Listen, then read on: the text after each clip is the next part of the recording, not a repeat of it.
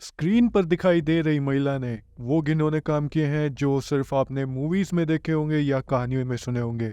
इसे इतिहास की सबसे बुरी महिला का खिताब मिला है। मरियम ने पैसों के लिए कई दशकों तक सबको धोखा दिया और अपने ओहदे का as a full time abbess church में मौजूद नन्स में सबसे ऊंचा ओहदा होता है, उसका भी पूरी तरह से गलत इस्तेमाल किया। रीजन था पैसा और पावर। मरियम सोलोक्यूटस के अत्याचार का दौर खत्म होने के बाद जब उसे अरेस्ट किया गया तो उसे द नन सीरियल किलर और द नन रेस्पुतिन के नाम से जाना जाने लगा। अनफॉर्चुनेटली ये कोई हॉरर मूवी की स्क्रिप्ट नहीं है, ये एक सच्ची घटना है। नमस्कार, मेरा नाम है हेमंत और मैं आपका स्वागत करता हूँ मेरे यूट्यूब चैनल इविल माइंड्स में। Please consider subscribing and hit the like button. Marina सोलोक्यूटो का जन्म 1883 के इसमें ग्रीस में एक साधारण गरीब परिवार में हुआ, जहां वो अपने परिवार के साथ खेत में काम करती थी और ये भी कहा जाता है कि उसे फैक्ट्री में भी काम करना पड़ता था ताकि वो अपने परिवार का पेट भर सके। लेकिन वो हमेशा एक रईस और सत्ता से भरी जिंदगी के सपने देखा करती थी। आप अंदाजा लगा सकते हैं कि वो नन बनने से पहले कैसे जिंदगी जी रही थी। सूरज निकलते ही उठ जाना, सुबह का खाना मिला तो मिला, अगर नहीं मिला तो खाली पेट ही दिन की शुरुआत होती थी। एक टीनेजर लड़की के लिए खेत में काम करना कोई मजेदार काम नहीं था। फैक्ट्री में भी काम करके उसे कुछ ज्यादा मदद नहीं मिली, लेकिन फिर भी उसने एक फॉर्मिडेबल पर्सनालिटी बनने के अपने ख्वाब को मरने नहीं दिया। लेकिन उसके पास ऐसा कोई खास रास्ता नहीं था जिससे वो अपने पैसे और ताकत की भूख को शांत कर पाती। अंत में उसे एक रास्ता मिल गया जो उसे पैसा और ताकत दोनों दिला सकता था। उसने एक नन बनने का फैसला किया और पुरानी कैलेंडर्स चर्च को ज्वाइन कर लिया। मैथ्यू कैरपथेकिस उस समय कैलेंडर्स चर्च के हेड थे और मरीना उस समय 23 साल की थी। मैथ्यू को पुराने कैलेंडर्स चर्च के सिद्धांतों को अपनाने में मुश्किल हो रही थी, तो उसने पुराने रीति रिवाज छोड़कर नए तरीके से अपना एक नया संगठन बनाने का फैसला किया। और भाग्य से जब मैथ्यू ने अपना नया संगठन बनाया तब मरीना उसके साथ जुड़ गई थी और वहाँ वो मरीना सोलोक्यूटो से मरियम सोलोक्यूटस बन गई। कौन जानता था कि ये औरत जिसने मरियम जैसे पवित्र नाम को अपनाया है वो जल्दी ही लोगों की जिंदगी को नरक बना देगी जो उसकी चर्च के साथ जुड़ेंगे। किसी को नहीं पता था कि जब मरियम चर्च की कमांड संभालेगी तब चर्च का क्या होगा। धीरे धीरे मरियम ओहदे में ऊपर उठने लगी। जल्दी ही आर्च बिशप मैथ्यू की सलाहकार बन गई या फिर आप कह सकते हैं उसका राइट हैंड बन गई। अब वो घड़ी आ गई थी जब मैथ्यू की नई सोच वाली चर्च और पुरानी सोच वाली चर्च के बीच विवाद शुरू हो गया। उस समय मरियम मैथ्यू के साथ ही थी। उन्होंने सन 1927 में कूनो गोत्रेसु मोनेस्ट्री या फिर वर्जिन इन द पाइन नाम से एक पंथ स्थापित किया जो कि किर्ताया शहर और कारकेतुलसा के गांव के बीच में था। मैथ्यू पिछले 2 साल से अपनी एक मोनेस्ट्री खोलना चाहते थे और इसके लिए मरियम ने उन्हें जमीन दिलवाई। उन्होंने पहले तो 7 एकड़ जमीन ली और उसी साल 2 प्लॉट और ले लिए। कोई नहीं जानता कि मरियम को वो सारी जमीन कैसे मिली। ग्रीक की एक लेखक नीला कुलताकी लिखती हैं कि मैथ्यू वाइट के इतिहास को जांचने के बाद पता चलता है कि मोनेस्ट्री बनाने के लिए पैसा कहां से आया और इतनी महंगी जमीन कैसे ली गई, इसका कोई कानूनन स्पष्टीकरण नहीं किया गया है। मैथ्यू ने घोषणा की कि मोनेस्ट्री वर्जिन मैरी के सम्मान में बनाई गई है, लेकिन असलियत में मोनेस्ट्री पैसे जमा करने के लिए बनाई गई है जिसकी उन्हें पुरानी कैलेंडर्स चर्च यानी ओल्ड कैलेंडर्स चर्च के साथ चल रही गतिविधियों में सख्त जरूरत थी। मरियम और मैथ्यू ने जब इस नए कॉन्वेंट की शुरुआत की तो वो अपने असली इरादों को छुपाने में कामयाब रहे और ईमानदारी और आस्था का झूठा चेहरा दिखाकर लोगों का विश्वास जीतते रहे और वहाँ भोले भाले लोग ईश्वर के नाम पर उनका भरोसा भी करने लगे। कैलेंडर्स की गतिविधियां और आगे बढ़ती अगर उसका प्रचार करने वाले लोग भी ईश्वर में उतना ही भरोसा करते जितना वो लोग दिखाते थे। अगर मरियम में भी उतना भक्ति भाव होता जितना वो दिखाती थी तो शायद बहुत सारे लोगों का जीवन अंधकार में जाने से बच जाता। मोनेस्ट्री बनाना कोई आसान काम नहीं है, खासकर जब आपके पास पैसों की कमी हो, लेकिन मैथ्यू ने मोनेस्ट्री बना दी और ये किसी चमत्कार से कम नहीं था। संगठन की कोई भी नन किसी अमीर बैकग्राउंड से नहीं आई थी, तो उन लोगों के पास इतना पैसा कहां से आया? इस रहस्यमयी फंडिंग का काला सच जो अभी दबा कर रखा गया था जल्दी ही ऊपर आने वाला है। The convent of the virgin in pine का प्रचार ये बताकर किया गया कि यहाँ टीबी जैसी बीमारियों का इलाज होता है। उस समय टीबी का कोई इलाज नहीं था, इसलिए इस बीमारी से पीड़ित लोग जिन पर दवाइयाँ असर नहीं कर रही थी अपने इलाज के लिए यहाँ आने लगे। मरियम ने भी सबका स्वागत किया। हालांकि मोनेस्ट्री में इस बीमारी के लिए किसी तरह का कोई इलाज मौजूद नहीं था। ठीक होने की खुशी से भरे लोग इस नए संस्था में किसी चमत्कार की उम्मीद लेकर आने लगे। मरियम ने उन्हें कमरों में बड़ी संख्या में भरना शुरू शुरू कर दिया और वहाँ किसी भी डॉक्टर को नहीं बुलाया गया था, यहाँ तक कि वो पेशेंट से उनका डेथ सर्टिफिकेट भी साइन करवाती थी। अभी मरियम कैलेंडर्स चर्च की स्पॉटलाइट को खूब एंजॉय कर रही थी। आर्च बिशप मैथ्यू अब बूढ़े हो रहे थे और जब तक मोनेस्ट्री बनी तब तक वो 66 साल के हो चुके थे, लेकिन मरियम अभी अपनी जवानी के प्राइम पर चल रही थी और मैथ्यू को देखकर सब कुछ सीख रही थी। जब मैथ्यू को जेल भेजा गया तब मरियम को ही सारी रिस्पॉन्सिबिलिटी संभालनी पड़ी और जब वो जेल से वापस आए तो मैथ्यू ने अपनी आध्यात्मिक यात्रा जारी रखने के लिए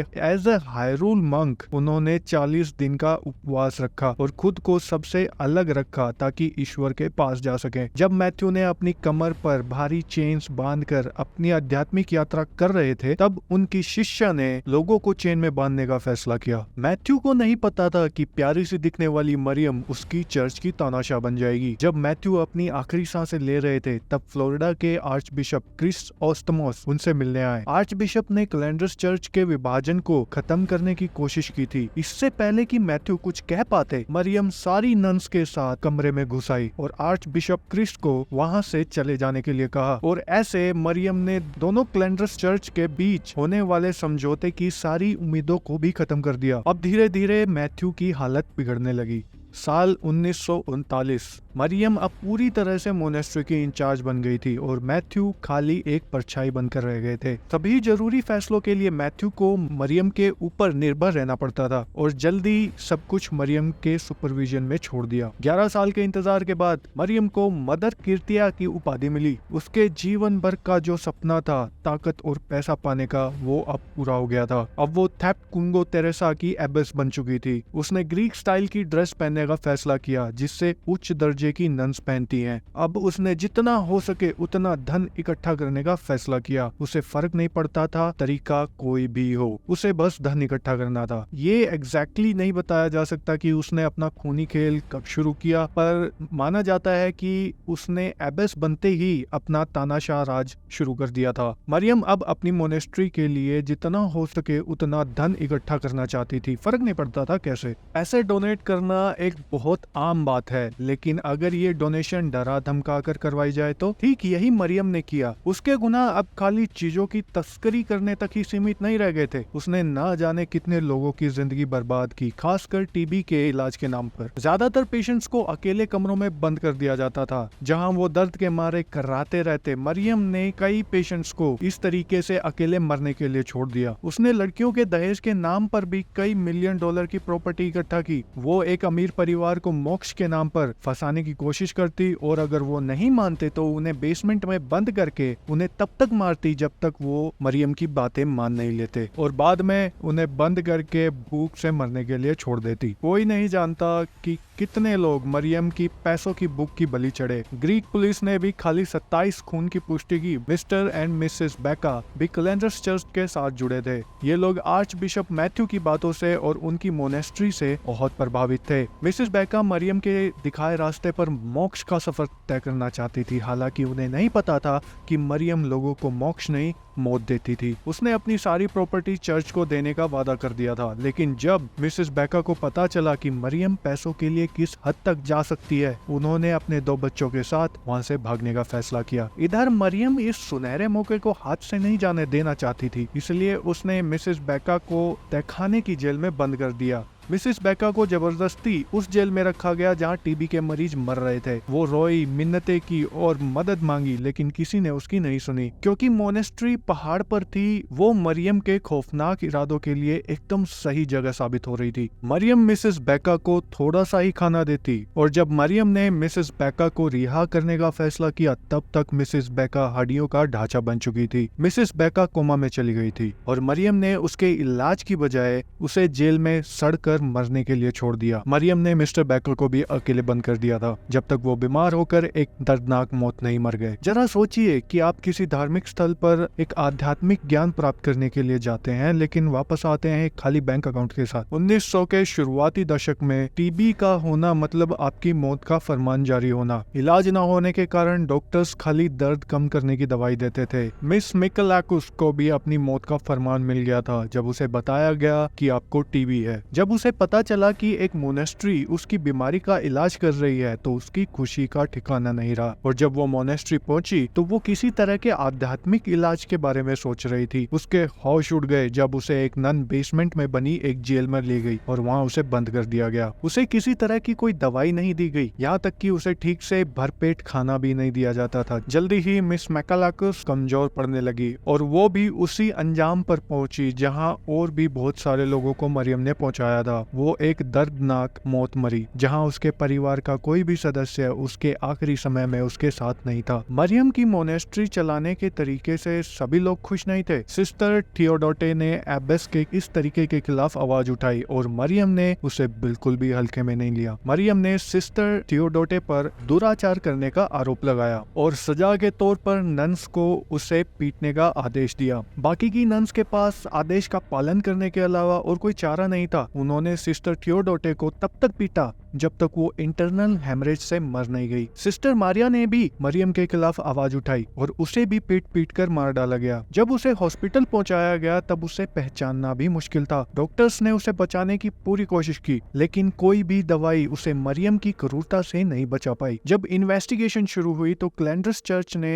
हादसों से जुड़े होने से साफ इनकार कर दिया। हालांकि वहाँ बहुत सारे गवाह मौजूद थे जिनका कहना था प्रोसिक्यूटर्स बेगुनाह और भोले भाले लोगों को मोक्ष का वादा कर मोनेस्ट्री में बुलाती है, बजाय मोक्ष के उन्हें बेड़ियों से बांधकर उन पर अत्याचार करती और उनकी सारी संपत्ति हड़प लेती है। मरियम को 7 हत्याएं करने का दोषी पाया गया और पुलिस का मानना था कि मरियम ने करीब 27 लोगों को भूख से, अत्याचार से और प्रायश्चित के नाम पर मार डाला था और इससे पहले के ज्यादातर गुनाहों के सारे सबूत तो वो पहले ही मिटा चुकी थी। मरियम के गुनाह समझने में समय लगा क्योंकि कोई मानने को तैयार ही नहीं था कि ये एक ऊंचे दर्जे की पुजारी इस तरह का घटिया और घिनौना काम कर सकती थी। अगर वो कोई साधारण महिला होती तो बात कुछ और होती। मरियम ने ग्रीस में अपने लोगों को भेजना शुरू कर दिया था ताकि वो अमीर परिवार, बुजुर्ग और विधवा औरतों को ढूंढ सके और उन्हें मोक्ष के नाम पर मोनेस्ट्री ला सके और यहाँ पर वो उन्हें अपनी संपत्ति मोनेस्ट्री को दान देने के लिए प्रेरित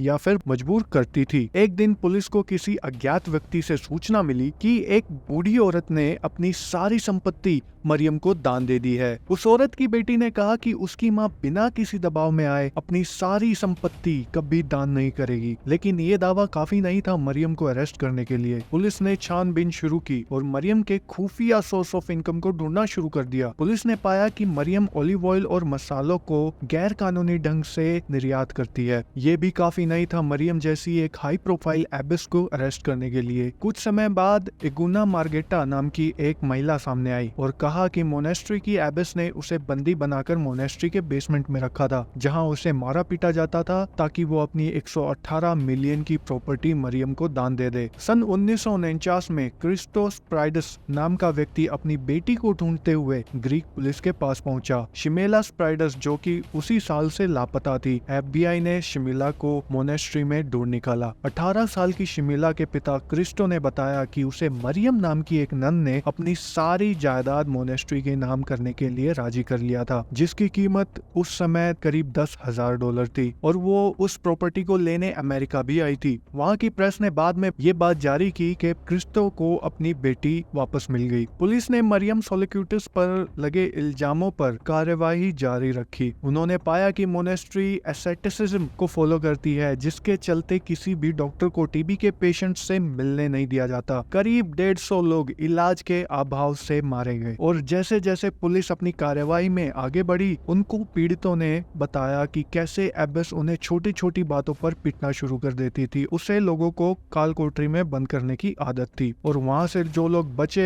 उन लोगों ने बताया कि कैसे मरियम उन्हें घूरती थी जब तक वो लोग उसे अपनी जायदाद नहीं दे देते थे। मरियम की गिरफ्तारी के समय रॉयल्स नाम की न्यूज एजेंसी ने बताया कि मरियम के नाम पर करीब 300 घर और खेत हैं। साथ ही उसने कई हजार पाउंड सोना और जवाहरात भी जमा कर रखे हैं। 4 दिसंबर 1950 की रात मरियम सोलिक्यूटस अपनी आलीशान कमरे में सो रही थी। करीब 85 लोगों की टीम के साथ पुलिस ने मोनेस्ट्री पर छापा मारा और मोनेस्ट्री का चप्पा चप्पा छान मारा। पुलिस ने मरियम के द्वारा किए गए हत्याओं का पूर्व अनुमान लगा रखा था, जिसके चलते वो लोग अपने साथ डेप्यूटी प्रोसिक्यूटर, एक जज और एक कोरोनर को साथ ले गए। ऑपरेशन पूरी रात चला। पुलिस ने करीब 36 बच्चों को बचाया। मौके पर मौजूद पुलिस अधिकारियों ने बताया कि उन्हें बच्चों को लिटरली नन्स के हाथों से छुड़ा कर लाना पड़ा। इतना ही नहीं बल्कि वहां आधी नंगी पोषित बूढ़ी औरतों को बेसमेंट में बांध कर रखा गया था। उन्हें भी बचाया गया। मरियम सोलिक्यूटस का केस बहुत ही सेंसिटिव था, इसलिए अधिकारियों को समझ नहीं आ रहा था कि उस पर क्या चार्जेस लगाए जाएं, फ्रॉड का, धांधलेबाजी का, किडनैपिंग का या फिर गैर कानूनी निर्यात का। उन्होंने गैर कानूनी ढंग से ओलिव ऑयल और मसालों के निर्यात से केस की शुरुआत की। हालांकि मरियम की पूजा, जिसे मैथ्यूइट्स कहा जाता था, 1951 पर उस पर प्रतिबंध लगा दिया गया। ओल्ड कैलेंडर्स चर्च के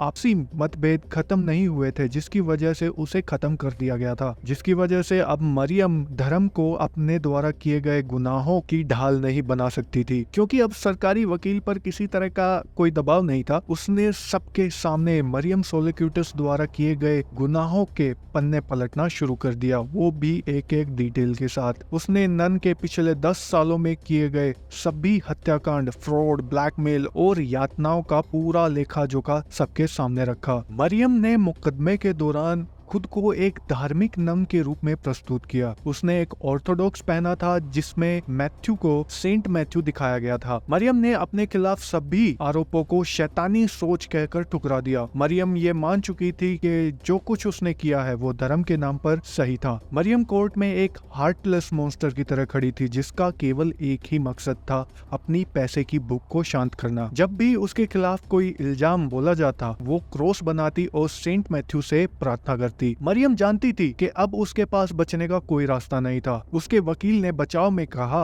कि जो लोग मोनेस्ट्री में आते थे वो लोग अपनी मर्जी से मोनेस्ट्री को अपनी प्रॉपर्टी दान देते थे और मोनेस्ट्री के पास इसके लिए कोई लीगल सेटअप नहीं था, इसीलिए वो प्रॉपर्टी मरियम के नाम पर ट्रांसफर की जाती थी। मरियम का केस 3 भागों में बटा। पहला भाग 1951 से 1952 तक, दूसरा भाग 1953 और तीसरा और आखिरी भाग उसकी मौत से कुछ महीने पहले तक चला। उसे 26 महीने की सजा पहले भाग से और 10 साल की सजा दूसरे भाग से और 4 महीने की सजा तीसरे भाग में सुनाई गई। 1951 में मरियम को सजा सुनाई गई। ये सुनकर पूरे ग्रीस में मौजूद मैथ्यूइट्स को बहुत बड़ा झटका लगा। उन्होंने रैली निकालना शुरू कर दिया ताकि अपने लीडर को कानून की शिकंजे से बचा सके। उनकी मांग थी कि मरियम को रिहा किया जाए और उसे उसकी सही जगह पर पहुंचाया जाए। पुलिस को इस दौरान आर्च बिशप फ्रीडियन को भी बचा कर रखना पड़ा, क्योंकि इसकी पूरी संभावना थी कि मैथ्यूइट्स आर्च बिशप को किडनैप कर लें और मरियम की रिहाई की मांग करें। मरियम को एवरऑफ जेल में लाया गया, जो कि अलेक्जेंड्रा एवेन्यू एथेंस में मौजूद थी। उसने अपने जीवन के आखिरी समय अपने विक्टिम्स की तरह कालकोठरी में बिताए और 1 साल की जेल के बाद वो बीमार पड़ गई और उसे हॉस्पिटल ले जाया गया, जहां 71 साल की हो चुकी मरियम की मौत हो गई। जब मरियम सत्ता में थी, 400 से ज्यादा लोग उसके साथ जुड़े थे। करीब 500 से ज्यादा लोगों ने अपनी जमीन जायदाद मरियम को दान दे दी थी और इतने ही लोग मोनेस्ट्री में बीमारी, भूख और यातनाओं के कारण मारे भी गए थे। मैथ्यूइट्स ने मरियम को ही अपना नेता माना और जब उनसे